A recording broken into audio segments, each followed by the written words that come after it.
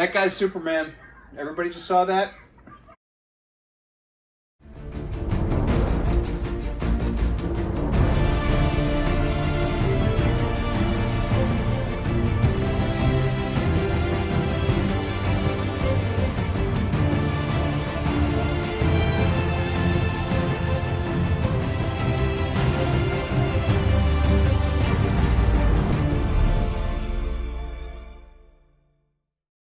Hey everyone, Andrew here, Melbourne Superman, and so I'm going to continue on with my reactions to my favorite Superman movies. Of course, my favorite movies being Superman 1 through 4. Chances are I'm going to go through Superman Returns and also probably Man of Steel at the very least. But yeah, so I'm on to Superman 3 now. It's been kind of hard to pick out some of my favorite moments in these movies. Like in Superman the movie and Superman 2, there was so much more I wanted to talk about, and like rewatching the movies, and then after I post the videos, I'm like, oh man, there's that stuff that I always want to talk about. But it's like, you know, when you try to do a YouTube video that's anywhere between 5 and 20 minutes long, it's kind of hard to talk about everything. So, you know, if I had unlimited time, I'd probably talk about this thing 5 minutes at a time, like my friends over at the Fire and Water podcast who do the Superman Movie Minute. Definitely give a listen to them if you are interested in breaking down these movies and how other people see these movies. They are just awesome to listen to. But so we're gonna head into Superman 3. This, of course, isn't everybody's favorite. There's a special place in my heart for Superman 3 and Superman 4. I enjoyed Superman 3 for what it was. Yes, was it a lot more campy than the others? Yes. That said, the good things about Superman 3, I think Superman 3 really represents the comic world really well, funnily enough, like the comic books at that time really well. Did it represent the rest of the franchise of the cinematic films? Maybe not, but it really did well with represented the comic book world at that time. Some of the best flying that we see in the franchises in Superman 3, I think. Christopher Reeve, I feel, reached his physical peak playing Superman in Superman 3. So if you watch all the movies, you see in Superman 3, he's kind of like, he's built a little bit more solid. Not that he's not built solid, but I think Superman 3 is probably the best he looked. Not that he didn't always look amazing, but I think Superman 3 was probably the best that he looked on screen. And, you know, there's a lot of great moments. We're going to go through them now, and let's get started.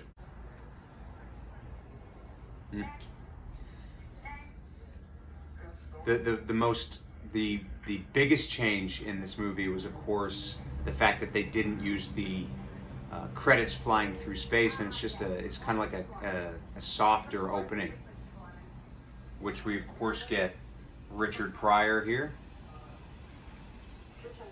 I call this the Richard Pryor Superman movie.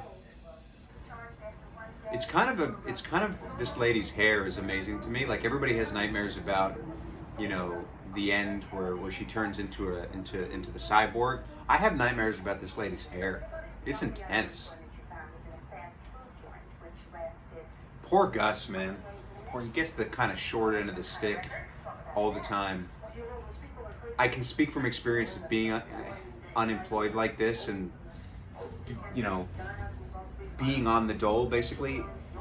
It's not easy. It's hard. You do sometimes feel like everybody's trying to keep you down, and it's very frustrating, especially when the government then says, you know what, we're not going to help you anymore. And it's rare that happens, but I can say that, you know, once the acting industry shut down here, and I had to get a regular job, quote unquote, it took me a long time. It's everybody always says that there's jobs out there. There are jobs out there, but it can be really hard to find a job. And I'm qualified, right? I've managed restaurants. I've done customer service and business development all my life. But it's hard. It's hard out there. Everybody's trying to find a job, so it's not always easy. All right, and we're on the streets of Metropolis, and this is our kind of cold open into this Superman 3 world. Christopher Reeve with his top billing there. Lorelei walking through the streets. And of course, this is the guy from Superman 2 that I told you about, who was in Superman 3. He was the fisherman that saw Zod and Ursa and Nan. And it's just a big slapstick. It's a big slapstick open, this one.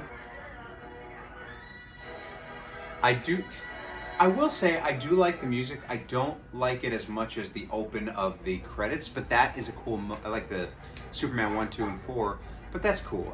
That's a cool moment. I do like the music in this movie. There are a couple times where it's just like, oh, that's some weird synthesized banjo or some. I don't know.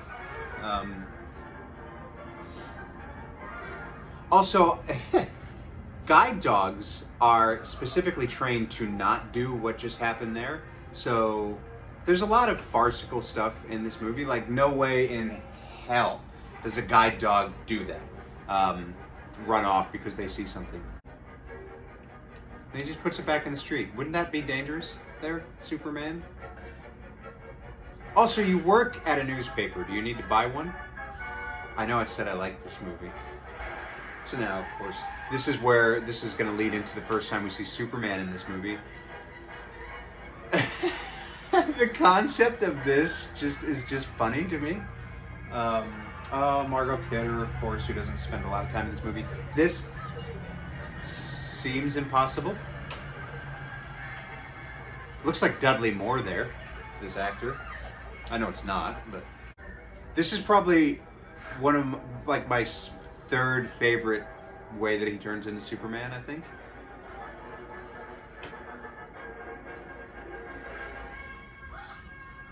Such a great little thing. And that kid is baby Superman in Superman the movie. Fun fact for you. That's the naked kid who lifts up the truck. See, that flying is great. Like his landings, his flying, it just all looks so fantastic. See, this always kind of, and I feel like I'm not alone in this. So obviously in this movie, Gus goes from, ne'er-do-well to computer genius sort of by accident, where I feel like a better story arc for him would have been that he's already this computer genius, and rather than I just did this, I don't know how I did this, but he just already knows. But it was because in this time, I feel like there wouldn't have been as high demand as somebody who's tech savvy as Gus clearly is. So I think a better story arc for him would have been he's so good at this stuff, but nobody ever really found any use for him because he wasn't applying to the right jobs or something. And then when he found this job at Webster Co, he really kind of flourishes rather than he kind of stumbles on it by accident. I don't know. Poor Margot Kidder, who didn't get a lot of at all screen time in this movie. She obviously had her differences with the director. So the good thing about this is, the interesting thing about this is these are my favorite Superman incarnations, and yet in none of these movies, including Superman Returns, which is technically canon to the first two movies, Superman and Lois never actually get together. Yes, they get together for like 2 minutes in Superman 2, but they never really get together. It's like it's always two ships passing in the night. There's no, it never goes further than Superman 2. Once we get into Superman Returns, we'll talk about that and what happened there. But so it's very interesting to me that in this iteration of Superman, they don't get together. We have a great, of course, Lana Lang story arc here, which I wouldn't have mind seeing more of it, but yeah.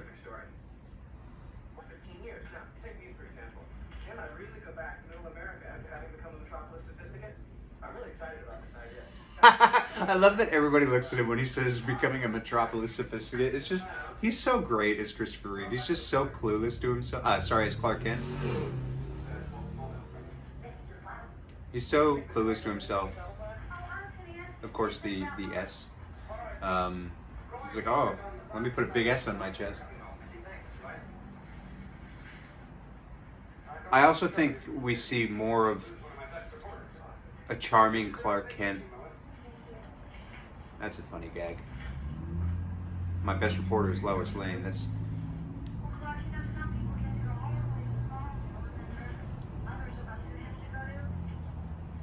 I'm jumping all over the place here. Yeah, I think we see a really charming Clark Kent in this film. A less sort of over the top Clark Kent, and I like that. You know, in Superman 4, we actually see a third version of him. You know, because of course there's Superman, there's Clark Kent, and then there's Kal-El. I think in Superman 4 we really see Kal-El a lot more, which we'll talk about later. The cop just looks right at him, and he does nothing.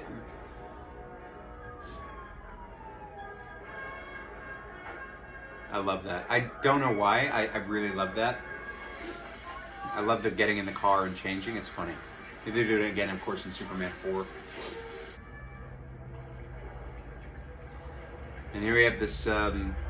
This I feel was directly referenced to in Superman and Lois with Tyler Hoechlin, because he did something similar to this in like the very first episode. And I said to myself, Superman 3, because I don't know that this would work.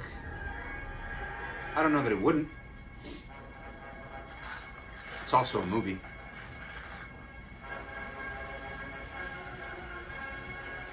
Could you imagine if it didn't work and just shards of lake fell down on people? That's death. But such an ingenious plan. And of course, the foreshadowing of this acid, spoilers. And here we go. We're at the Smallville high school reunion. I can't believe my high school reunion, the 20-year reunion, is coming up next year. That's just scary. I don't love that.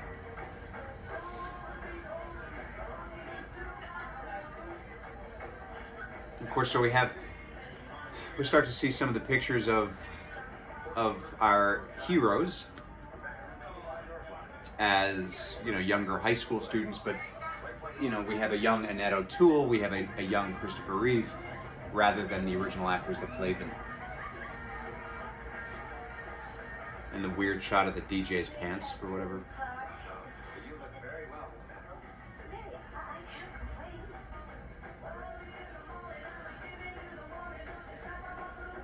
I do really enjoy the chemistry between these two.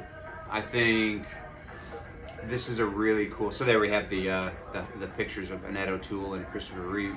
I do think that this was a really cool sort of B plot. I do like their chemistry a lot. And I do enjoy this scene as well. I mean, there's a lot of obviously miscommunication in this scene, and I think it's kind of charming. It's not too over the top. You know, when she puts down the record, the place where the records are supposed to go, she puts down the records where the egg salad's supposed to go. And then, you know, it coincides with their conversation.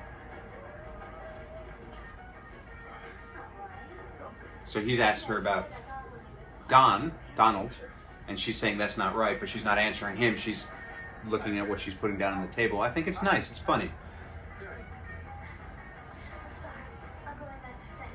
It's just a fun scene. It's kind of real. It's like we've all been that busy where we're like, what is happening? God, this guy's such a jerk. Such a good actor, though. Like I think Brad is probably one of the best parts of this movie in terms of character. Like, he doesn't have any real character arc or anything, but I just think I don't know. I think he's very entertaining. I think he's very good.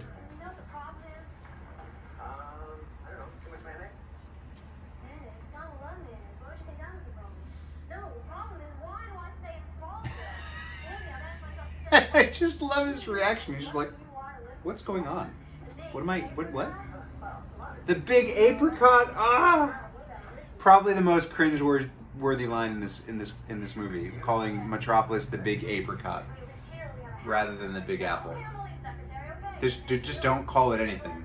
Just call it Metropolis, the big apricot. That's just, I don't like it. Or find something else. Find some other nickname for it. Like, I get it.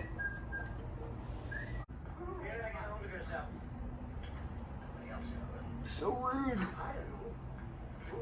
See, this plan to me doesn't...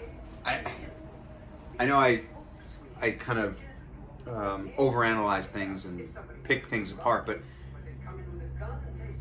this plan doesn't really work, because all they would have had to do to know who did this was look at who the paycheck was made out to. They're all electronic paychecks. He gets it to the pay to the order of to whatever, Gus Gorman. So all they had to do was look at those records and be like, oh, it's Gus Gorman. He's the one who's siphoning this money.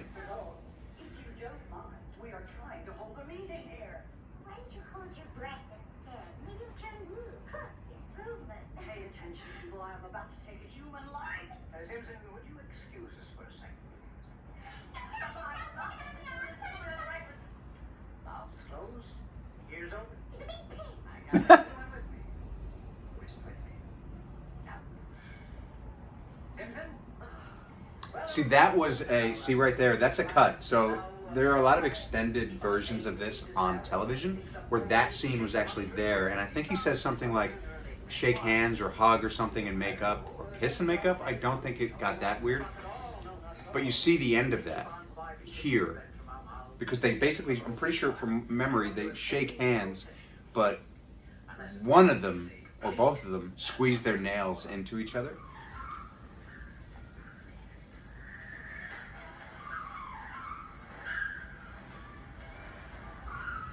Of course, Gus, the man of intelligence that he is,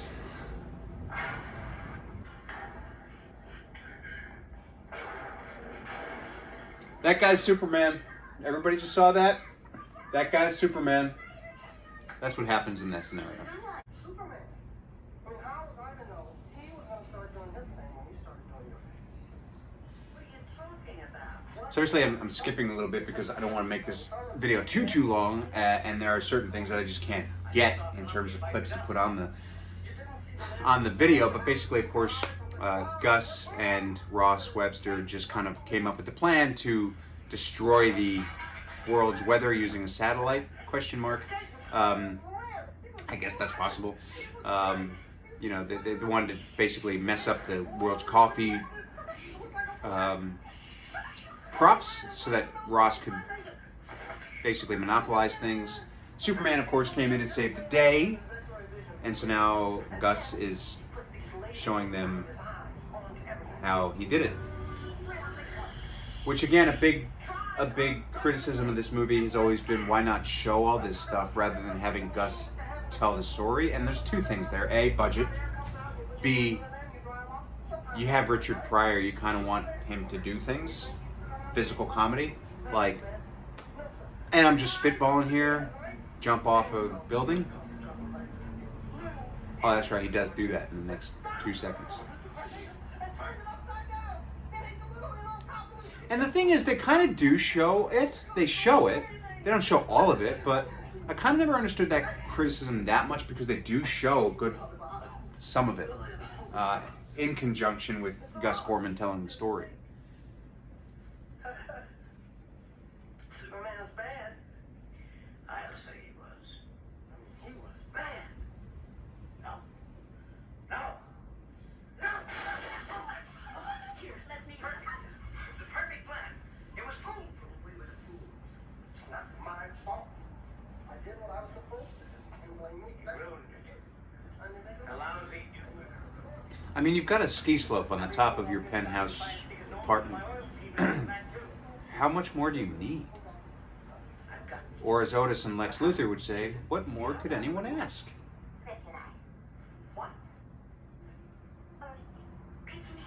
See, this is also something that I wish they had gone a little bit further with.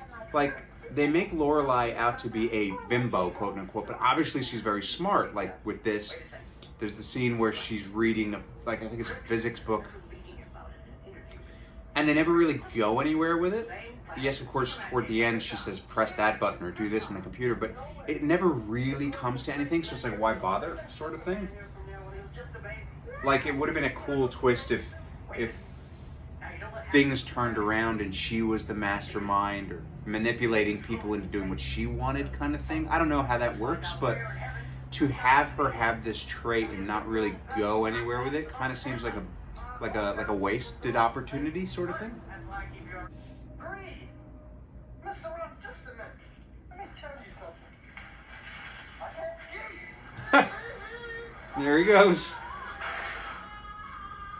I don't care what world you're in. I don't know what comic book world you're in, what movie you're in. This is death. This is absolute broken legs, dead. See this scene, if I'm Superman, the minute that I see this rock, I am shivering. I'm jumping back. I'm like, no, get it away from me. Because he knows what kryptonite is at this point. And that is a big green rock. I mean, granted, he's also got his green power crystal, and he's not afraid of that. But like, if I see this, somebody giving this to me, I'm freaking out. Here we go. I'm sorry. I had to make you rush off. I feel like they did something with his makeup here too. Like, he's really dark under the eyes and around the eyes. And I feel like it's kind of like makes him look a little bit evil or dastardly or something. This is also probably the most uncomfortable scene ever in anything. That's unusual, finding a good-looking girl like you alone like this. Like, Christopher Reeve, I swear to God, probably we see his acting chops the best in this film, I think, because of just the diversity and the range that he plays. Like, he is just like he goes from Boy Scout to, man, I'm uncomfortable being in the room with you, back to Boy Scout. I have to get going. He's just amazing. It's just so good the way that he does this. I have to hope that he had so much fun doing this. All right, so Superman's obviously just on the will of Lorelei, and put that ship so that it couldn't move anymore. I love the dirty suit. It's such a cool thing. It's such a great just touch to make it look like he's really kind of like turned. This kind of is a filthy scene. I mean, you don't see anything, but it's like, wow, this is like really intense. And it also begs the question, obviously they're about to do it.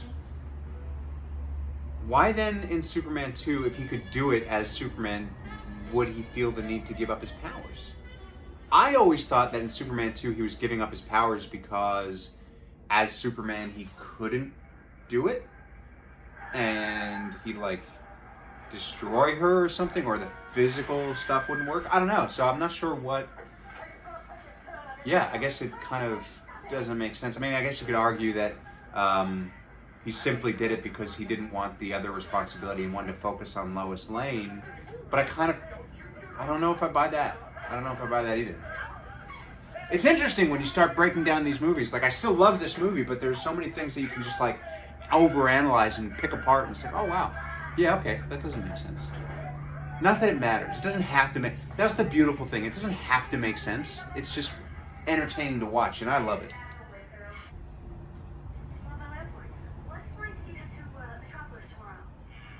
Have you ever called anybody and said the name of the person you were going to call before you said, hi, how are you? It's a movie thing that's in like so many movies. I've never actually done that. I don't think anybody ever has. Oh, this scene, man. Hitting rock bottom.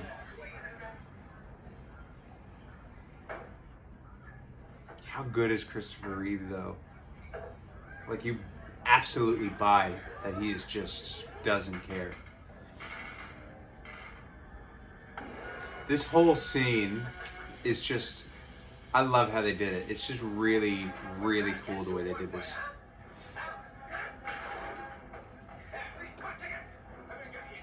And I think originally they were going to do this as Bizarro.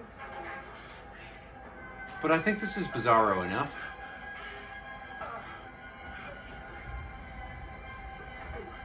I think this is the best way to do Bizarro, because I know in Superman 4 they looked at possibly doing Bizarro with the Nuclear Man 1. But this is as Bizarro as you can get without turning it into too much of a farce. I know I know Superman 3, kind of a lot of it is farcical, but there's some really great moments, and it's just a really amazing everything here, especially in the scene. It's like it's you against you. It's your dark half against your light half, and he's fighting the side of him that doesn't have any inhibitions. This is up there for reveals to me.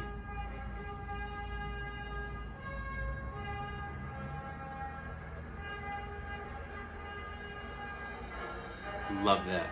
Just love that.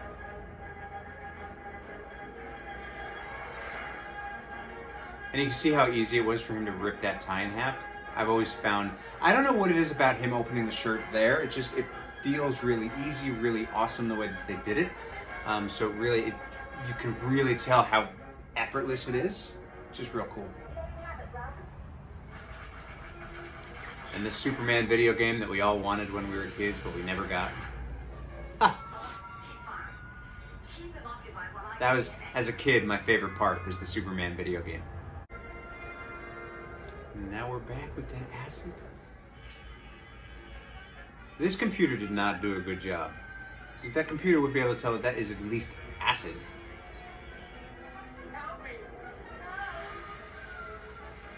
God, she's terrifying. She's absolutely terrifying as this kind of not Brainiac thing.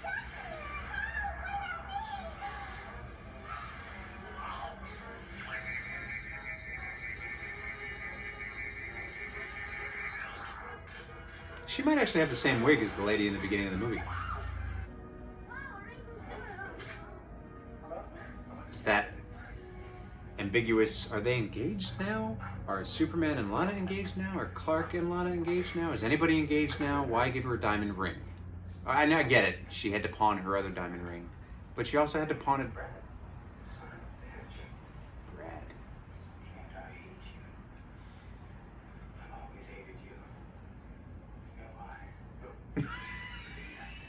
No.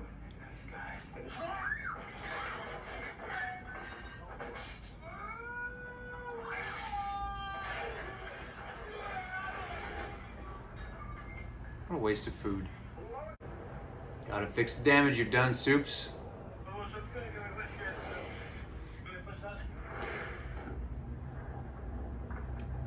Imagine if he pushed it too far and fell over. This poor guy.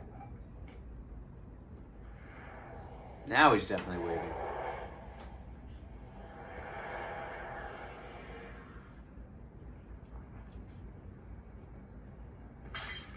Also interesting, the only time ever in history where the Leaning Tower of Pisa had nobody walking in front of it. No tourists.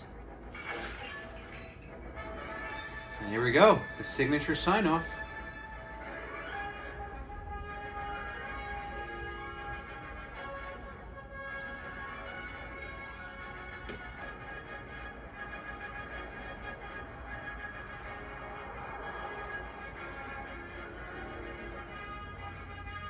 Again, I really like the music in Superman 3.